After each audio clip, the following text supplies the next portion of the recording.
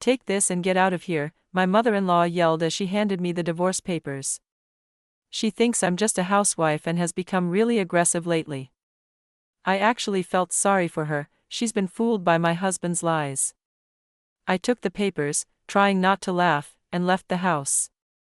I'm curious to see what happens next. Honestly, I'm kind of excited. Hi, I'm Laura, and I'm 27 years old. I started an online education business to help people learn skills so they can work from home. That's right, I'm the CEO. My team handles most of the work now, and I work at my own pace from home. I married Adam 3 years ago. He tells everyone he has a high-level job at a big company, but in reality, he's a contract worker doing small tasks. He also tells people I'm just a housewife. He says, even though she earns money, she doesn't do much, so it's the same as being a housewife. At home, he treats me like I don't work at all. He doesn't help with chores even though I'm working too, but he doesn't get that. He once told me, out of respect for your husband, please forgive my little lie. Because of his lies, his mom treats me badly. She always says things like, why did our talented son marry someone without a job? She shows up at her house without warning and puts me down. I've tried to explain that I work and do chores, but she just laughs and says things like, you're just lounging around all day. Or, if you're going to lie, at least make it believable. I've talked to Adam about her surprise visits, but he just shrugs and says, don't take it seriously, she's just an old lady with too much time. He only gives $600 for our household each month and keeps the rest for himself. I pay the rent and add about $4,600 more, but we still struggle because he spends too much. Even though I'm the one holding everything together, he keeps lying to others, saying I don't work. He also doesn't stand up for me when his mom insults me. Even so, I haven't been able to make the final decision to divorce him. Adam once helped me. We were college classmates back then. I was bullied by a girl named Joyce. She hated that people thought I was better than her, even though I didn't try to show off. I think it's normal for someone who studies hard to be praised, but Joyce didn't see it that way. Because of her childish bullying, there was a time I didn't even want to go to college. But I managed to graduate, thanks to Adam's support. He also helped me start my online school business when I was struggling with stress and overwork at my first job after college. He told me, why not do work that uses your strengths? You can do well on your own. Thanks to him, I now work freely without being tied to an office or schedule. I became who I am today because of Adam's support. That's why I've been trying to put up with him. I've thought about getting a divorce, but I wasn't sure if I could really go through with it. Then one day, I saw something shocking on social media. There was a post that said, my amazing boyfriend bought me the latest designer bag, along with a photo of the bag in a man's hand. The man was wearing a luxury watch, the same limited edition model I gave Adam. The person who posted it, I couldn't believe it. It looked like Joyce. We're not friends on social media, but because we have many mutual friends, her posts sometimes pop up in my feed. When I looked at more of her posts, I saw several photos that hinted she was with Adam. She definitely knows Adam and I are married. She's probably seen my posts too, yet she still shared those photos. Was she trying to provoke me or just being careless? Either way, it felt like she was looking down on me.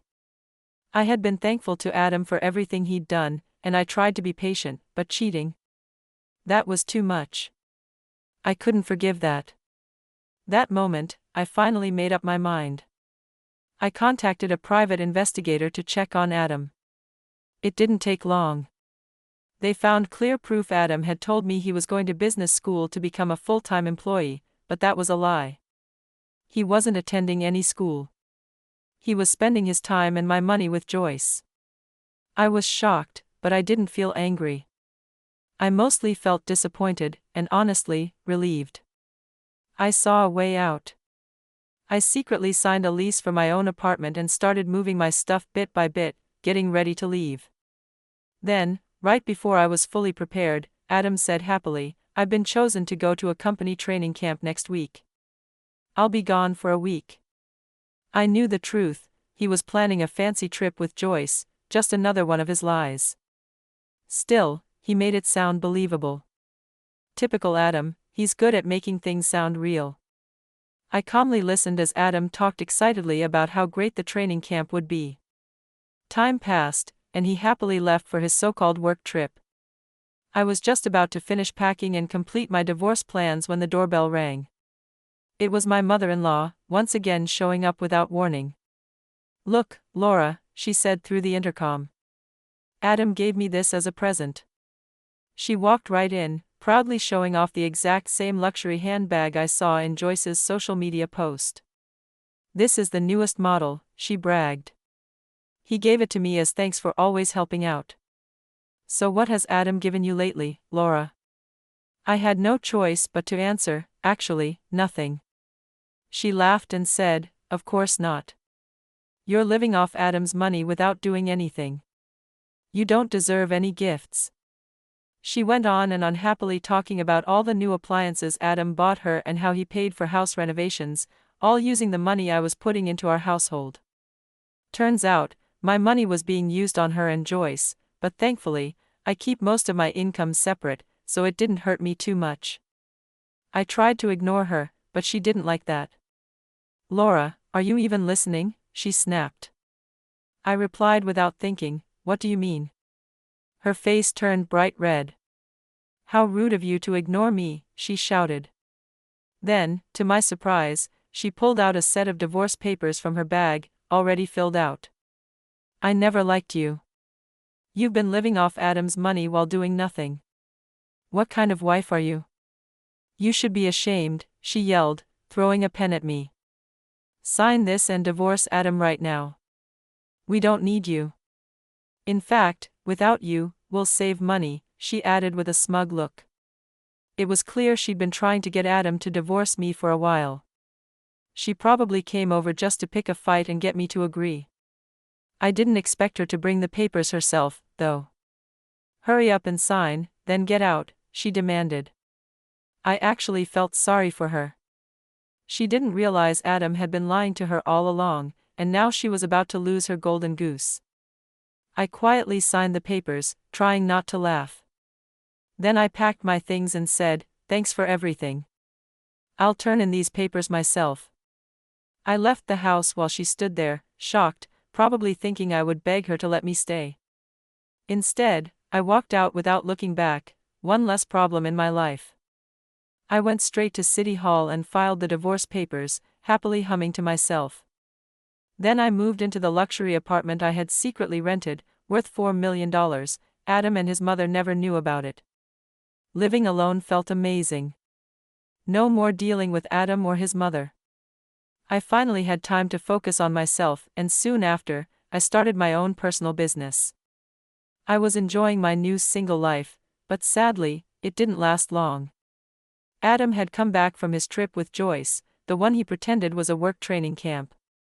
When he got home and realized I wasn't there, he called me. "Laura, where the hell are you? Whatever happened, just come back right now." "Why should I come back?" I said. "Your mom told me to leave, so I did what she wanted." "My mom? I told you to ignore her. Just come back, no more arguing." "No," I said. "I'm not coming back. We're divorced now. I'm not returning to a house that legally belongs to someone else." "What divorce? What are you talking about?" "Your mother gave me the divorce papers. I signed them and filed them at City Hall the day you left. It's already done. That divorce doesn't count. Just come back. There's only $600 left in our account. I can't live on that." "I'm not coming back," I said. "We're divorced. Your money problems aren't my concern anymore. If you want to talk in the future, go through my lawyer. The contact info is in my desk drawer." Then I hung up and turned off my phone. Adam kept trying to get me to come home, but I was curious to see what would happen next. A few days later, Adam's lawyer contacted me asking for a formal meeting. When I arrived at the lawyer's office, I was surprised to see his mother there too. She glanced at the bag I was carrying and muttered, "That bag." She had noticed mine was more expensive than the one she had shown off before. "You've got good taste, Mother," I said. "When you have money, it's nice to have something fancy, but anyway, why are you here?" She looked down without answering. Then Adam spoke up, looking ashamed. "My mom knows everything now. That I'm only a contract worker, that you run your own company, and that you were paying most of the household bills." He continued, "She gave you the divorce papers without my permission. I was wrong for lying. I regret it. I won't let her insult you anymore. Please come back and cancel the divorce." He sounded sorry, but it didn't feel real. I could tell he still didn't think he had done anything wrong. He just blamed everything on his mom. "I'm sorry," I said. "I'm not coming back." When I refused, Adam slammed the desk. "It's thanks to me that you became a CEO. Don't you feel any gratitude? You're divorcing me for selfish reasons, so I want $2 million in compensation." That was his true self. The Adam I once loved was gone. All I saw now was a sad man chasing money. "Adam, stop it," his mother tried to calm him down, but he wasn't listening. The lawyer looked uncomfortable as things got tense. When I got back home, Laura was gone. She had taken all her things and disappeared. "The divorce papers were filled out without my permission by my mother," Adam said, pointing at me. "Laura is the one who left her duties as a wife. She hurt both me and my mother emotionally." He looked at the lawyer, hoping for support, but the lawyer just sighed and pulled out a document. "Laura has agreed to divorce quietly and not take this any further," the lawyer said tiredly. Adam looked shocked and couldn't say a word when he saw what the document contained. It clearly showed his affair with Joyce, including photos of him going in and out of hotels with her. "I'm thankful for your support in the past when I started the company," I said. "But I've repaid that debt. You used my money to live a fancy life, spoil your mother, and spend time with your girlfriend." I looked at him. I was surprised it was Joyce. "How was your nice trip with the woman who bullied me in college?" Adam looked pale and frozen, unable to speak. His mother, who had no idea about the affair, suddenly started shouting, "What is this? What does all this mean?" I ignored her and kept talking to Adam. "If we finalize the divorce, I won't ask you for any damages or for the money you wasted, but I also won't give you anything. There will be no splitting of assets." His mother jumped in, upset. "That's not fair, Laura. I already started fixing up our family home. I thought Adam was handling the money. I even bought new furniture and appliances. He can't support himself like this. Please don't go through with the divorce, or at least help us with money." Her request was so unreasonable that even the lawyer was shocked. He took a deep breath. "Madam, that's a bold request. Or rather, thoughtless. You have no right to interfere. Please be quiet." Then he looked at Adam and said, "What do you want to do? If you keep pushing, we'll take legal action and ask for the money you wasted on your affair. We'll also send this evidence to your company." I added, "If your job finds out about this, it might cost you more than just your reputation." Adam slumped in his chair. "I guess I have no choice. I'll agree to the divorce," he said in a weak voice. Adam, who is only a contract worker, loved pretending he was part of a big company. He used my money for luxury and cheated on me, and now risked losing his job if his secret got out. He agreed to the divorce only to protect his image. What about the home renovations? And the credit card bill is due, his mother asked, panicking. But Adam didn't answer. He stood up, walked out slowly, and left the lawyer's office. His mother ran after him. I stared at the door they left through, deep in thought. I sent the proof of Adam's affair to Joyce and asked her to pay for the damage she caused.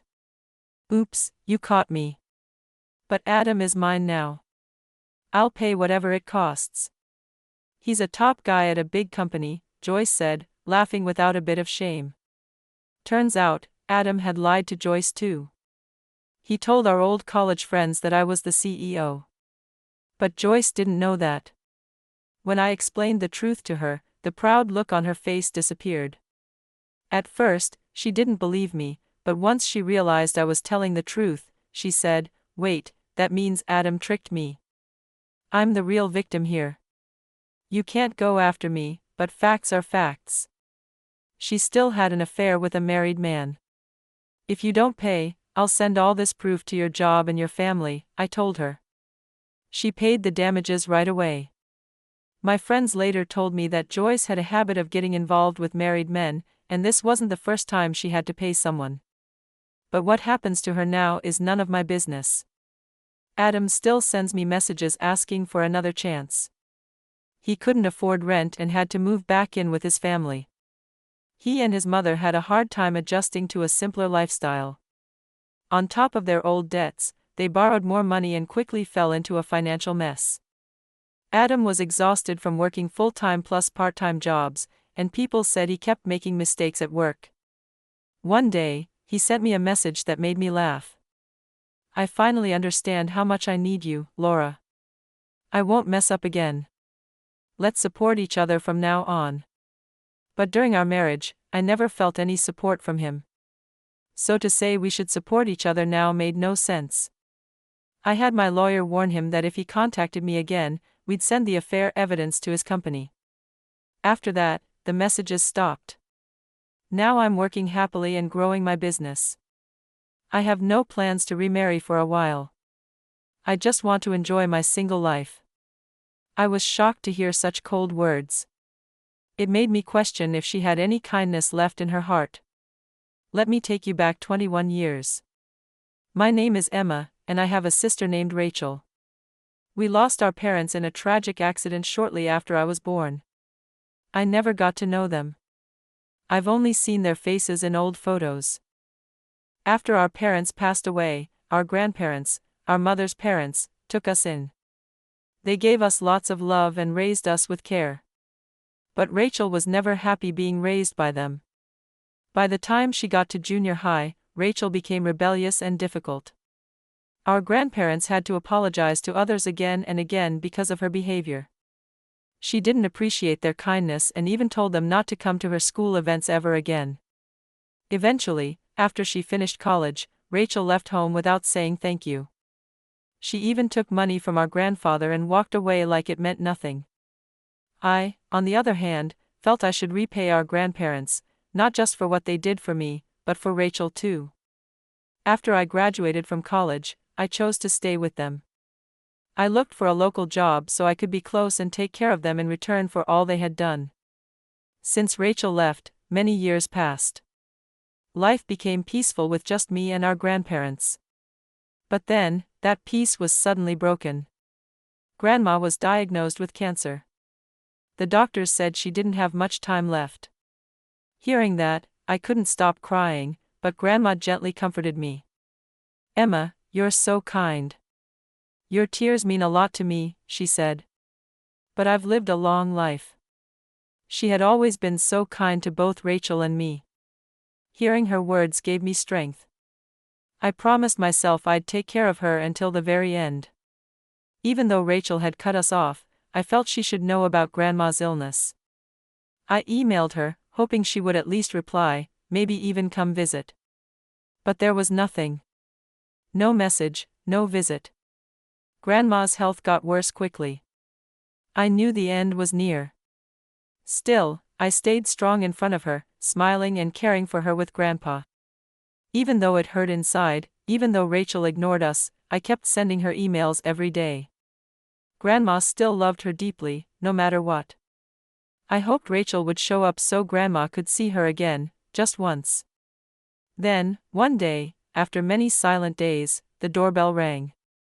I opened the door, and there stood Rachel. I was surprised, and beside her was a man I didn't recognize. He was flashy and loud, clearly not someone we knew.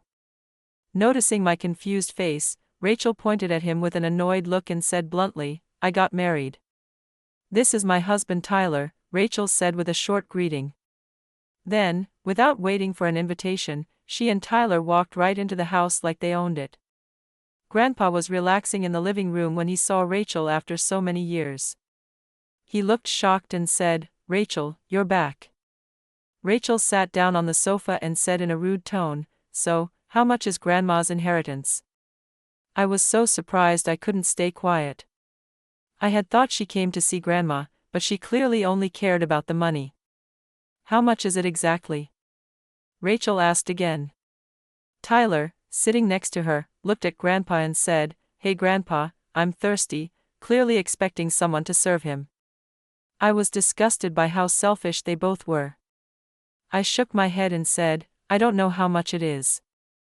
And besides, it's rude to talk about inheritance when Grandma is still alive and fighting for her life." Rachel just scoffed and said, "Come on, Emma, you know Grandma is rich. If we don't get things sorted while she's alive, we might not get anything at all." It was true, Grandma came from a well-known and wealthy family. Her father, our great-grandfather, had run a successful business. Even though Grandma didn't take over the company, she learned a lot about business from a young age. After she married Grandpa, they started a company together and built a fortune worth millions. Now, Rachel and Tyler were after that fortune. "I can't believe this, you came back just for the money?" I asked. "Of course," Rachel replied without shame. "Why not? I'm the favorite grandchild. It's only fair that they thank me by giving me some of that money. Oh, and I'm pregnant. If Grandma dies soon, we'll inherit everything, and her great-grandchild will too. She'd be happy about that, right?" "What are you saying?" "Grandma is right in the next room," I said. The old study room had been turned into a care room for Grandma, since she couldn't move around easily anymore. She could probably hear everything we were saying. I looked at Rachel and said firmly, "Stop talking about money, that's enough." But Rachel just laughed in a mean way and shouted even louder, "Hey, Grandma, can you hear me? Just go already so I can get the inheritance." That was the final straw. "Get out!" I yelled, grabbing Rachel and Tyler by their arms.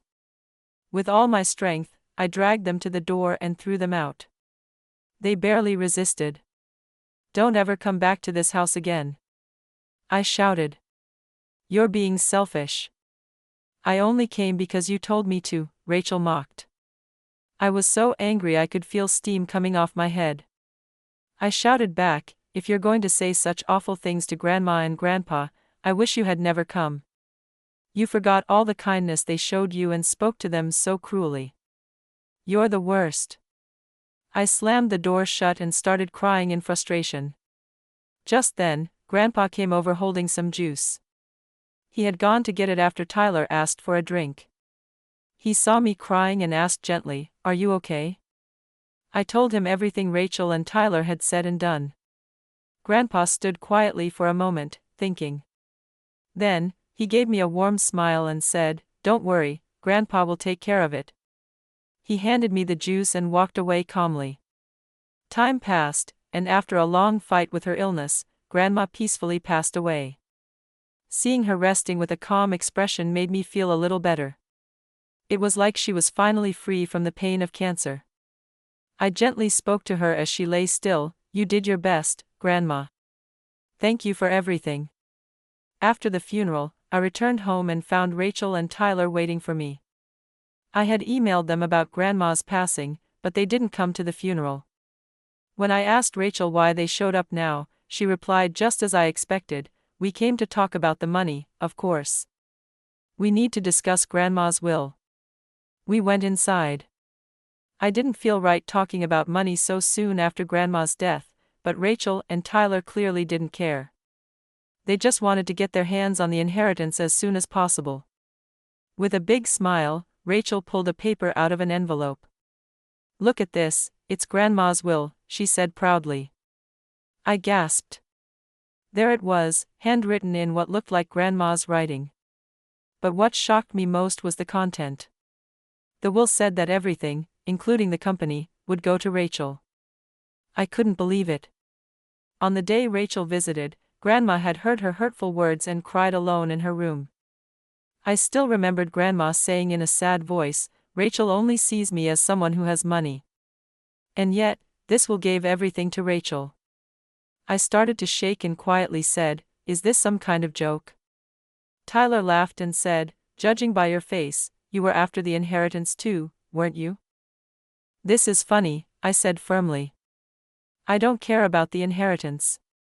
I just can't believe Grandma would write something like this." I stared at the will, unable to believe what I was seeing. Tyler mocked me, saying, "Don't act like you're so perfect."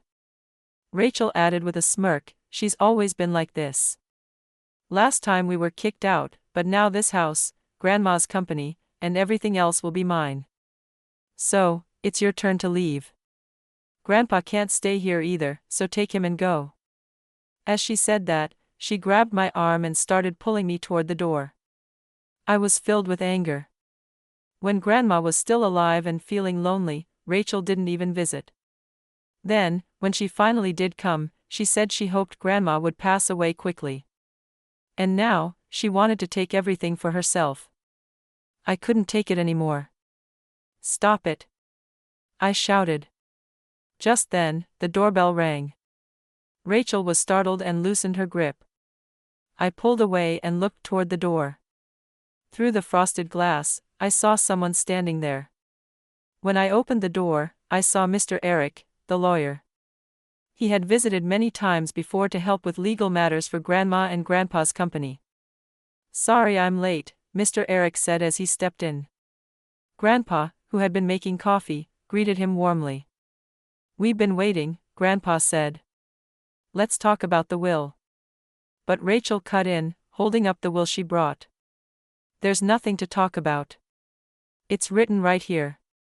I get everything, including the company and Grandma's money. The money has already been deposited, and I've even withdrawn some of it." She looked very proud of herself, but Grandpa stayed calm and smiled gently. "There's still something we need to talk about, Rachel," he said. "You no longer have the right to inherit anything." "What?" Rachel looked shocked, and honestly, I was confused too. That's when Mr. Eric took out a USB drive and plugged it into his laptop. He placed it on the small cabinet near the door. Then a voice recording started to play. It was Grandma's voice, along with Rachel's and Tyler's. "Come on, hurry up and write the will, Grandma," Rachel said on the recording. "Write that you're leaving everything to us. If you don't, things will get messy." "Got it." As the recording played, it became clear that Rachel and Tyler had pressured Grandma into writing the will. Mr. Eric stopped the recording and explained, "A will made under pressure or threats is not valid according to the law. This will has no legal value." He pointed directly at the will Rachel was holding. Still shocked, I asked, "When did you prepare all of this?" Grandpa gently explained, "While you were out, Rachel and Tyler came here and forced Grandma to write that will. But we were ready. I was the one who set up the voice recorder," Grandpa said with a calm smile. Rachel began to panic and mumbled, "But Grandma had me sign some documents too." Grandpa chuckled. "Rachel, you really don't understand anything, do you? Did you even read the fine print? What you signed wasn't part of a will. It was a credit card loan application. Grandma was shocked at how easily you signed it." "What?" Rachel gasped. "Yes," Grandpa said calmly. "The $230,000 you took out from the bank, that's debt, not inheritance." Rachel quickly pulled out her phone and checked her bank account. "I don't believe this. My account is in the negative," she muttered, her face turning pale. Tyler wasn't any better. "What do you mean debt? What are we going to do?" he said in a panic. "I thought we were getting the inheritance. I already took out loans for a new house and car. This has to be a joke." "Calm down, Tyler," Mr. Eric said. Rachel turned to him in desperation. "Mr. Eric, I'm Grandma's granddaughter. Even if the inheritance isn't much, I should still get something, right?" Mr. Eric replied, "That's exactly what I came here to talk about." He pulled out a white envelope. "This is Grandma's real will, legally written and notarized. I'll read it now." Rachel and Tyler pressed their hands together like they were praying. But the will didn't mention Rachel at all. The company was left to Grandpa. Everything else, money and property, was to be shared between Grandpa and me. Rachel cried out, "Why can't we fix this? Can't we change it somehow?" But Mr. Eric answered firmly, "There's nothing that can be done legally. You had the right to inherit, but you lost that right by threatening and pressuring Grandma." Rachel looked at Grandpa. "Can't we do something?" Grandpa gave her a dry smile and said, "No, there's nothing you can do, you heartless old man." Rachel shouted before storming out of the house alone. Tyler, who was left behind, quickly ran after her. "Wait for me," he called, looking so pitiful. Later, I heard that Rachel and Tyler had a baby. But because of all the debt they had taken on, they couldn't afford to take proper time off and had to go back to work right away. They had expected to get a big inheritance before Grandma passed away and spent money they didn't have. In the end, they had to sell the expensive house and luxury car they had bought on loans. All that was left was a mountain of debt and the struggle of paying it back. Eventually, they came to Grandpa, begging for help, but he refused. The stress from their money problems affected their relationship, and in the end, Rachel and Tyler got divorced. I heard that Tyler went back to live with his parents, and Rachel tried to return to this house, but I firmly told her no. "This house belongs to me," I said. "Grandma left it to me, and I won't let you live here without my permission." There were even rumors that Rachel was now homeless and living under a bridge because she had no money. But honestly, I don't know where she is or how she's really doing. She asked me for help many times, but I kept saying no. I couldn't afford to support her, and I didn't want to. The truth is, I had already donated the inheritance I got from Grandma to a children's home. Since Rachel and I lost our parents when we were very young, I always felt a deep connection to orphans. If our grandparents hadn't taken us in, we might have ended up in a place like that. So, I wanted to give back and help kids in that situation have a better life. When Rachel asked for help, I told her about the donation.